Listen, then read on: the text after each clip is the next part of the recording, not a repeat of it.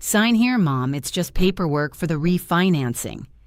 My daughter-in-law's voice was honey-sweet as she slid the document across my kitchen table, but something in her eyes made my stomach turn. I glanced down at the paper and my blood ran cold. This wasn't refinancing paperwork. This was a deed transfer. She was trying to steal my home, the house I'd lived in for 43 years. My hand trembled as I reached for the pen. She didn't know it yet, but I was about to sign the wrong document, and that decision would save everything. My name is Eleanor Mitchell, and I'm 72 years old. I never thought I'd be sitting here, telling you this story. But if my experience can help even one person avoid the nightmare I went through, then it's worth sharing every painful detail. Before we dive in, I'd love to know, where are you watching from today? Drop your state or country in the comments below. It means the world to me to know I'm not alone in this, and that maybe my story can reach someone who needs to hear it. Now let me take you back to where this all started, because the truth is, the warning signs were there all along. I just didn't want to see them. I live in Asheville, North Carolina, in a beautiful craftsman-style home that my late husband Thomas and I bought in 1982. We raised our son, David, in this house. Every corner holds a memory. His first steps in the living room, birthday parties in the backyard, Thomas teaching him to ride a bike in the driveway. After Thomas passed away from a heart attack 6 years ago, this house became even more precious to me. It wasn't just wood and walls. It was my entire history, my independence, and my security. David married Jessica 4 years ago. I'll be honest, I had reservations from the start. Not because she wasn't accomplished or attractive. Jessica was both. She worked in real estate development, always dressed impeccably, and knew exactly what to say in any situation. That was part of the problem. Everything felt rehearsed, calculated. When she looked at you, it was like she was assessing your value. But David was in love, absolutely smitten. And I'd lost Thomas just 2 years before their wedding. I was still grieving, still finding my footing as a widow. I didn't want to lose my son, too, by being the difficult mother-in-law. So I smiled, I welcomed her into our family, and I ignored that small voice in my gut that whispered warnings. The first year of their marriage was relatively peaceful. They lived in a condo downtown, and we'd have Sunday dinners together. Jessica would compliment my cooking, ask about my week, bring expensive wine. It all seemed perfect. Too perfect, I'd later realize. Things shifted after Thomas's estate was fully settled. I inherited everything: the house, his pension, his life insurance, our savings. It was a comfortable amount, enough to live well for the rest of my life without financial worry. Suddenly, Jessica's interest in my life intensified. She started asking questions about my plans for the house. Did I really need all that space? Had I considered downsizing? Wouldn't a retirement community be easier, more social? I brushed it off at first. Maybe she was genuinely concerned about me rattling around in a big house alone. But the questions kept coming, growing more pointed with each visit. About 18 months ago, Jessica's approach changed. She stopped suggesting I sell and instead started positioning herself as my helper, my advocate. She'd drop by unannounced with pastries and coffee, always with some new concern about the house. The roof needed attention, didn't it? The foundation might have issues. The electrical system was probably outdated. Had I thought about what would happen if I fell and couldn't call for help? She was planting seeds of doubt, making me question my ability to maintain my own home. I can see that now. At the time, I just felt increasingly anxious and overwhelmed. "Mom, I've been thinking," she said one afternoon, settling into my favorite armchair like she owned the place. "With my background in real estate, I could really help you manage this property. Handle the maintenance issues, deal with contractors, make sure you're not being taken advantage of. These older homes require so much expertise." I thanked her, but said I was managing fine. I'd been handling household matters for 5 decades. I wasn't helpless. Her smile tightened almost imperceptibly. "Of course you're not helpless. I'm just saying, you don't have to do it alone. Family helps family." Then came the incidents. Small things at first. My mailbox was vandalized. Someone left my garden hose running, flooding the basement. A contractor showed up claiming I'd called him about emergency foundation work I hadn't. Each time, Jessica was right there, expressing concern, offering to take over some of the burden of homeownership. I'm not a paranoid woman, but I started to wonder, were these coincidences? Or was someone trying to make me feel unsafe in my own home? My friend Barbara, who I've known since David was in elementary school, noticed the change in me. "Eleanor, you seem on edge lately," she said during our weekly lunch. "Is everything okay?" I confided my concerns, not about Jessica specifically, but about feeling overwhelmed and questioning whether I should consider selling. Barbara, bless her heart, looked me straight in the eye and said, "Eleanor Mitchell, you love that house. You've never once mentioned leaving it until recently. Who's been putting these ideas in your head?" That question haunted me, because the answer was obvious. Jessica. 3 months ago, things escalated dramatically. Jessica called me on a Tuesday morning, her voice urgent. "Mom, we need to talk about something important. Can David and I come over tonight?" They arrived at 7, Jessica carrying a leather portfolio that immediately made me nervous. David looked uncomfortable, avoiding eye contact. That should have been my biggest red flag. "Mom," Jessica began, her tone taking on that patronizing quality that sets my teeth on edge. "We've been doing some research, and we're really concerned about your financial security. If something were to happen to you, the estate taxes on this house would be astronomical. David would lose a huge portion of his inheritance just to taxes. It would be devastating." She pulled out printouts, charts, articles about estate planning. It all looked very official, very frightening. I'm educated. I was a high school English teacher for 35 years, but I'm not a financial expert, and she knew that. "There's a solution," she continued, sliding papers across the coffee table. "If you transfer the house into David's name now, it would avoid all those taxes. You'd still live here, of course. Nothing would change for you. It's just a legal protection, a way to secure David's future." David finally spoke up. "Mom, Jessica's been studying this. She's really found a way to help us all." "Help you all?" I repeated slowly. "Or help Jessica?" The temperature in the room dropped 10 degrees. Jessica's smile remained fixed, but her eyes went cold. "Mom, I'm hurt that you'd think this is anything other than looking out for family. I'm trying to protect what Thomas worked so hard for." Don't you dare use Thomas's name, I thought, but I just said I needed time to think about it, to consult with my own attorney. "Of course," Jessica said smoothly, "though I should mention, the longer you wait, the more complicated it becomes. These estate tax laws could change any time, but take your time. We just want what's best for you." They left, and I sat in the silence of my home, feeling sick. Something was very wrong. I called my attorney, Martin Holloway, first thing the next morning. Martin had handled Thomas's estate and had been our family lawyer for 20 years.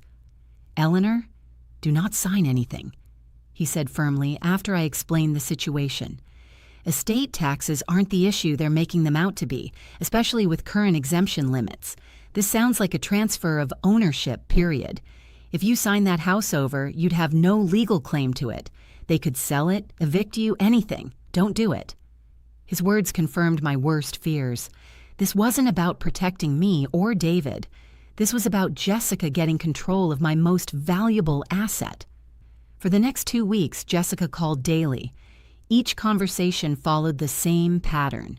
Casual chat that would inevitably circle back to protecting the house and thinking about David's future.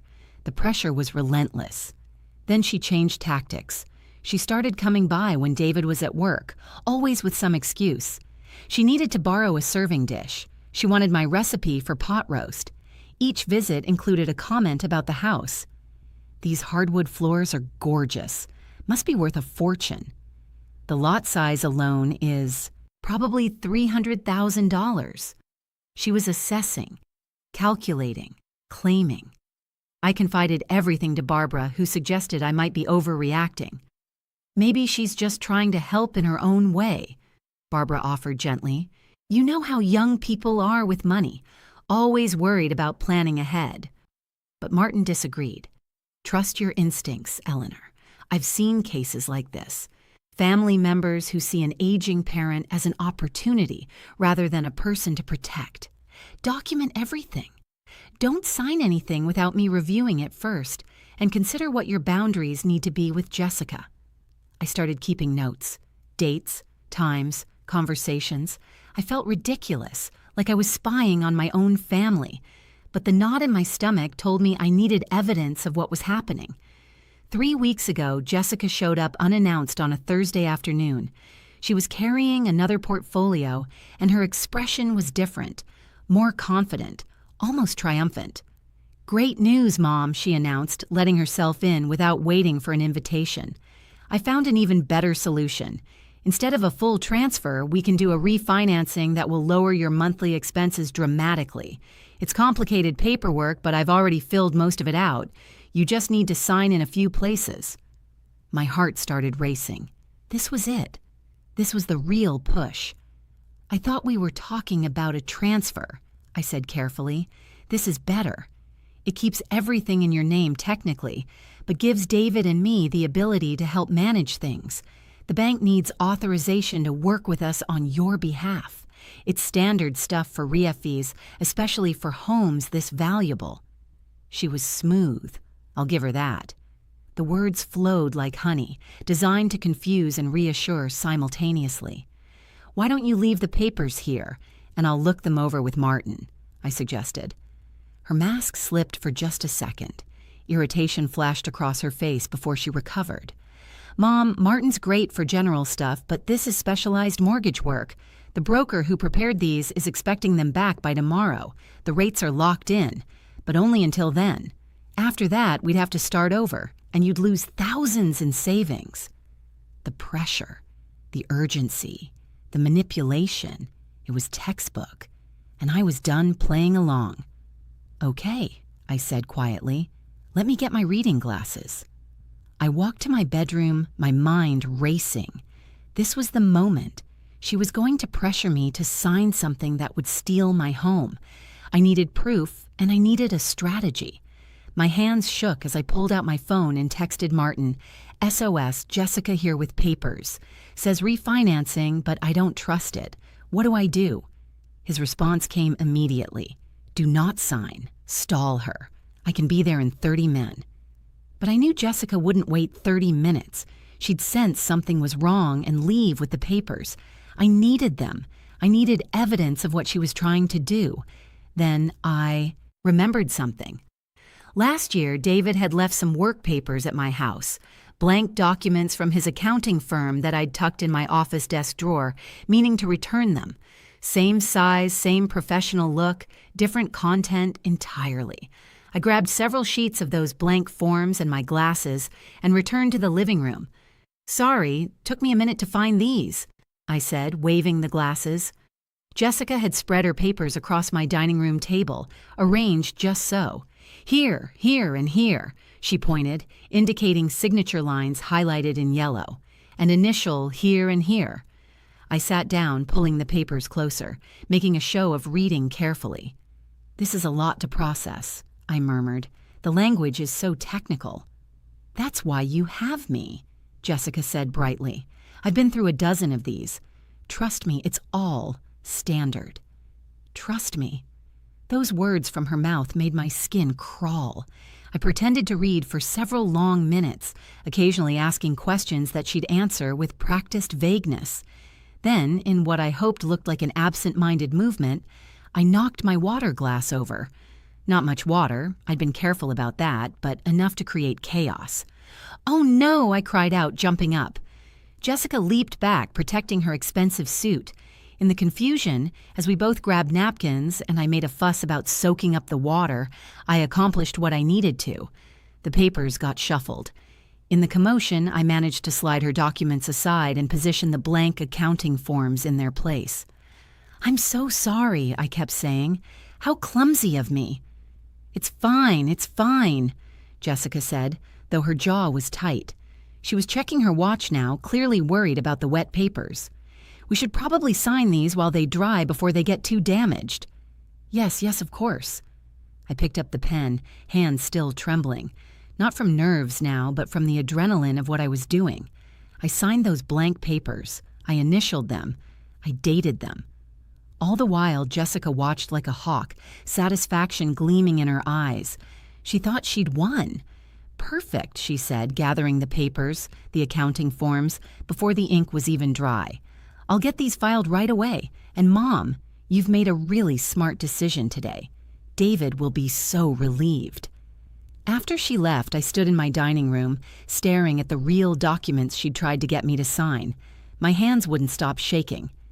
I picked up the first page and read the header. Warranty deed, it said in bold letters. Not refinancing papers, a deed. A transfer of property ownership from Eleanor Mitchell to Jessica Mitchell and David Mitchell. She had looked me in the eyes and lied. She had tried to trick me into signing away my home. I had to sit down. The betrayal cut so deep I couldn't breathe. This woman, who I'd welcomed into my family, who called me Mom, had just attempted fraud. Against me. Against her own family. If you're feeling that same shock, that same sick feeling in your stomach right now, please hit that subscribe button. Because this story is about to get so much more intense, and you won't believe how this plays out. Trust me, justice is coming, but the road to get there will leave you on the edge of your seat. I called Martin immediately. He arrived within 20 minutes, and I showed him everything. The real deed transfer papers, my notes documenting Jessica's visits and conversations, the blank forms I'd signed instead. Martin's face grew increasingly grim as he reviewed the documents. Eleanor, this is attempted fraud, clear-cut. She tried to deceive you into transferring property under false pretenses. The fact that you didn't actually sign the real documents is good for you, but we need to act fast. What do you mean? I asked, though I feared I knew the answer. If she believes you signed, she'll likely try to file these documents. When she discovers they're blank or wrong, she'll realize what happened. We need to be prepared for her next move. We spent the next hour strategizing. Martin made copies of everything, had me write a detailed statement while the memory was fresh, and advised me to cut off contact with Jessica until further notice. Don't answer her calls. Don't let her in your house. If David wants to visit, it has to be alone. We need to see what she does next before we show our hand. That night, I called David. Jessica answered his phone. Hi, Mom. Did you want to talk to David about the paperwork? I need to speak with my son, I said firmly. Alone. There was a pause. Is everything okay? Please put David on the phone. When David finally answered, he sounded confused. Mom, what's wrong? I need you to come by tomorrow, alone. It's important. Jessica mentioned you seemed upset after. Alone, David, please. He agreed, though I could hear Jessica in the background, asking questions he deflected. The next day, David arrived looking worried. I had decided to be direct. Your wife tried to trick me into signing over my house to her. His face went pale. What? No, Mom, it was just refinancing papers. It was a deed transfer, David. A warranty deed putting my home in both your names, and she told me it was refinancing paperwork. I showed him the documents. I watched my son's face as he read them, watched the realization dawn, watched the denial fight with the evidence in his hands. There has to be an explanation, he said weakly. Maybe she made a mistake. Maybe the mortgage broker gave her the wrong papers. Read it, David. It's filled out. My name, your names, the property description. This wasn't a mistake. This was deliberate. He sat heavily in the chair, the papers falling to his lap. I don't understand. Why would she do this? Money, I said simply. Control. Whatever her reasons, she lied to me and attempted to commit fraud. What did you sign? He asked suddenly, looking up. Nothing that matters. I didn't sign her papers. Understanding flooded his face, followed by something that looked like relief, then horror. What's going to happen? That depends on what Jessica does next. We didn't have to wait long. 3 days later, a courier arrived with a certified letter. I signed for it with Martin on speakerphone, my hands shaking as I opened the envelope. Notice to quit premises, the document read. Jessica Mitchell and David Mitchell, as owners of the property located at 247 Maple Grove Road, Asheville, North Carolina, hereby notify Eleanor Mitchell that she is required to vacate the premises within 30 days. She was trying to evict me from my own home. I couldn't breathe. The audacity, the sheer cruelty of it. She truly believed she owned my house. That meant she'd filed the fraudulent deed somehow. But how? Martin's voice cut through my panic. Eleanor, listen to me. This is actually good news. She's made her move. Now we have her. Good news? She's trying to throw me out. A notice to quit with no legal standing. She's overplayed her hand. She must have filed the false deed, which means we have her on record committing fraud. We're going to the courthouse today. At the Register of Deeds office, we discovered exactly what had happened. Jessica had indeed filed a deed transfer, but not the one I'd supposedly signed. She'd forged my signature on a completely different document, one that didn't even match the forms she'd brought to my house. She'd gotten sloppy, arrogant, too confident in her own scheme. Martin photographed everything, requested certified copies, and immediately filed a complaint with the county prosecutor's office for deed fraud. We also filed an emergency motion in court to void the fraudulent deed and to restrain Jessica from taking any further action regarding my property. That night, David called. He was crying. Mom, I didn't know. I swear I didn't know what she was doing. She told me you'd agreed to put the house in our names for estate planning. She said it was your idea. I never saw the papers. His voice broke. I'm so sorry. Part of me wanted to comfort him. He was my child and he sounded devastated. But another part of me was angry. You never questioned why she was handling it all? Why she wouldn't let me work with my own attorney? You didn't wonder why I'd suddenly decide to give up my home? She said you were struggling, that you'd asked for help, but were embarrassed to admit it to me directly. She made it sound like she was protecting your dignity. He let out a bitter laugh. I was so stupid, so blind. Where is she now? She's acting like everything is fine. She's planning what furniture we'll keep, what we'll sell. She's talking about renovating, like you're already gone. His voice dropped to a whisper. What kind of person have I married? I didn't have an answer for him. 2 days later, Jessica called. Her voice was ice. Mom, I'm disappointed you're making this difficult. David and I are the legal owners now, and we need you to begin the transition process. We've been patient, but you forged my signature on a deed transfer, I interrupted. I never signed your papers, Jessica. I never agreed to any of this, and I have proof. Silence. Then, I don't know what you're talking about. You signed the refinancing papers. I was right there.